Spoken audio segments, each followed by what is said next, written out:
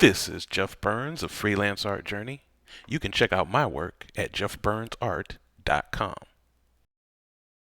Okay, to kick off this new year, I wanted to try something different for my YouTube channel. One of the last videos I did last year, I talked about mental health and how it affects the freelance artist and entrepreneur. And in that video, I briefly mentioned my wife and her role in just kind of helping me deal with the day-to-day business of dealing with clients and finding work and that whole thing.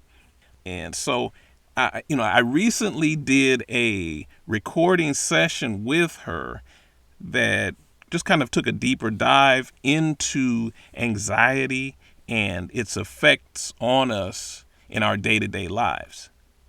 Now, this video that you're going to hear, the audio that you're going to hear, has a bit of a slant on children because that's my wife's area of expertise. She deals mostly with children. But, I think as you listen to this, you can kind of plug yourself in or see where you can relate to it, because I think everybody can.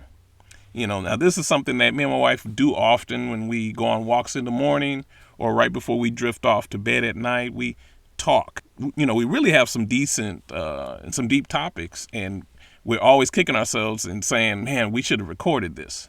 And so, this was an opportunity. I said, let's actually record something and see what we do with it. So here's a little background on my wife. Latricia Burns is a seasoned counselor and interventionist with a focus on youth and young adults, bringing extensive experience from the education sector. She holds a master's degree in counseling from California State University, Long Beach, showcasing her deep understanding of family dynamics. With a 16-year career in the California school system, Latricia has honed her expertise in guiding individuals through diverse challenges. Aside from her work on school campuses, she also conducts workshops for parents navigating the complexities of today's youth. In her personal life, Latricia is dedicated to raising her teenage son alongside her husband, Jeff, that's me, highlighting that she not only talks the talk, but walks the walk as well. So maybe this will help somebody. It's not the kind of thing that you would usually expect when tuning into one of my videos, but hey, let's give it a shot and see what happens and see where it takes us.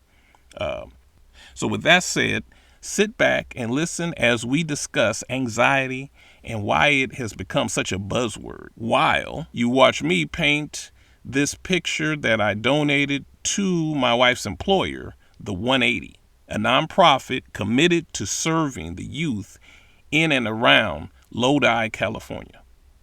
Now, please forgive the audio. We only have one mic, and I wanted to make sure that my wife was heard loud and clear. Oh, and before I forget, please take a moment to like and subscribe this video if you appreciate what we're doing. Thanks in advance. And with that said, let's get to the show. All right. So I got a list of questions here, and I'll start with the first one. What is the significance of addressing anxiety in today's world? Well, a lot of people are anxious. It's on the rise, especially in a lot of children, COVID, all these things. And so I think it is important because, we have to acknowledge the fact that it's out there, and then what to do about it when it shows up in the youth and even children and adults as well. Now, you mentioned COVID. Mm-hmm. What is it about, or what was it about the pandemic that kind of, I feel like it pushed it like maybe amplified or accelerated stuff that maybe was already deep seated? Yeah, you make a good point.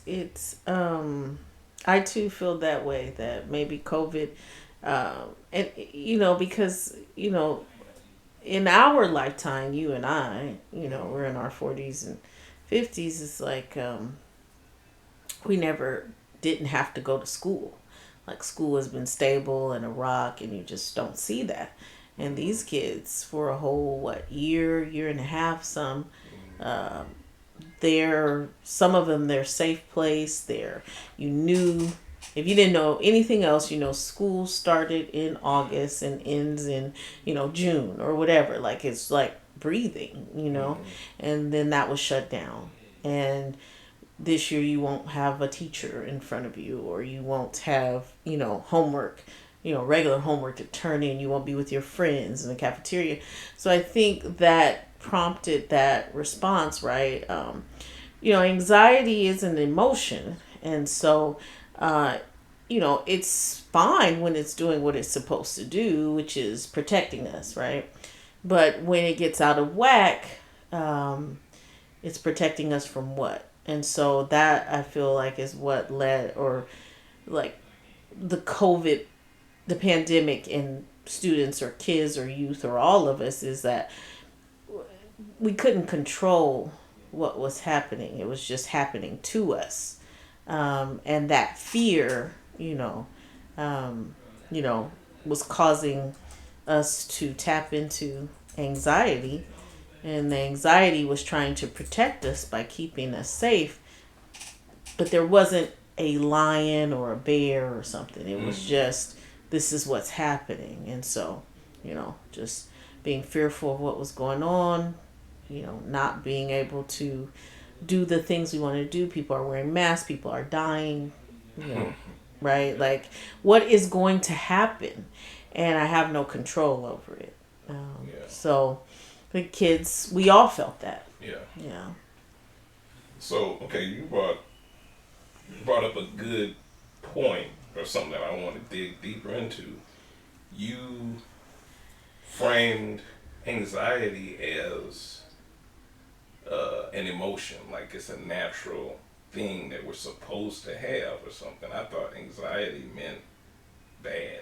No, that's what it's labeled as. And it's funny because, yeah, a lot of people think I hate anxiety, or I don't like it, or it's not. Where did it come from, or why?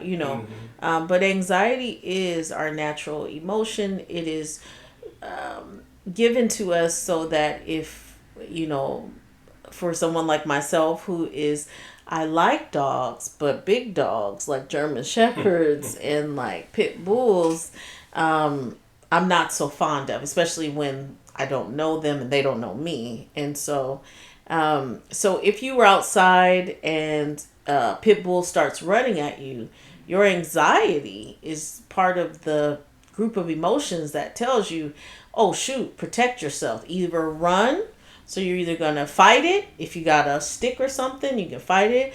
Either you're going to run, you're going to flight, or you're going to freeze, which means you're just going to get eaten up because you don't know what you're going to do. So that's that emotion that taps into that. So it's great if you are being chased by a pit bull or a bear or something that's going to, a lion. But if it is trying to protect you from something that is not there, then it gets out of whack, right? Because the threat, right? Because that's what it really is. It's trying to protect you from the threat. But when the threat is something like, oh my gosh, I'm scared that the teacher is going to call on me, right? Then it can get out of whack, because is that a rational or irrational fear? If the teacher calls on you, it doesn't mean that you might not have the right answer or whatever, and so we start to take on these irrational fears, these thoughts that make us think that something is a threat, when really, if we break it down, it may not be. That might not be true. Yeah. Well, that I can identify with, and I guess I hear you saying that On the one hand, it's a survival mechanism, which we need, but then on the other hand, we take it and we use it on things that are not life or death, like the teacher calling on you. But that's uncomfortable for me. So therefore, I'm going to try and avoid it. And if I get cornered, like in the classroom, and I'm called upon, then I can feel that, You might freeze. yeah, Right. You might fight, which means you're going to tell the teacher, maybe I'll tell a joke or something to get the teacher off of me, or, get the class laughing. So, I dodged a bullet, right? Or I'm going to run. So maybe I'm just going to get up and walk out of class. Or I'm going to freeze and the teacher's going to be talking to me and I'm just going to sit there looking like, oh my God, this lady's talking to me. All those internal thoughts and fears going through, but I'm just going to sit, there'll be nothing coming out of my mouth. I'm yeah, just, frozen. And so, yeah, that's the thing about anxiety. It looks different in every yeah, person, right? And so, that's why it can be hard to detect sometimes. We just think that, oh, it's nervousness, which, sometimes nervousness is involved when you're talking about speaking in public or having to raise your hand in class. If you're an educator, kids don't necessarily. Teachers will tell you there are a lot of kids that will not raise their hand for fear that, right, they're going to be, why are they raising their hand? So again, with anxiety, it produces a lot of, again, fears, and sometimes they are irrational. And we have to, I think one of the things in this generation of student and just people in general is, like, we're not running from dinosaurs, but we are running from those things in our environment that are scary to us, or that we, again, you'll hear me bring up a lot of times control. We don't have that control. yeah. Okay, we're going to go ahead and bring this video to a close. The actual audio session was around 45 minutes long, and this is just not the venue for such a long format. But let me know in the comments if you're interested. I will edit together another portion of this for a future episode. So that's it for now. Thanks for tuning in and watching. Please comment and let me know what you think. And yeah, I'll see you in the next episode.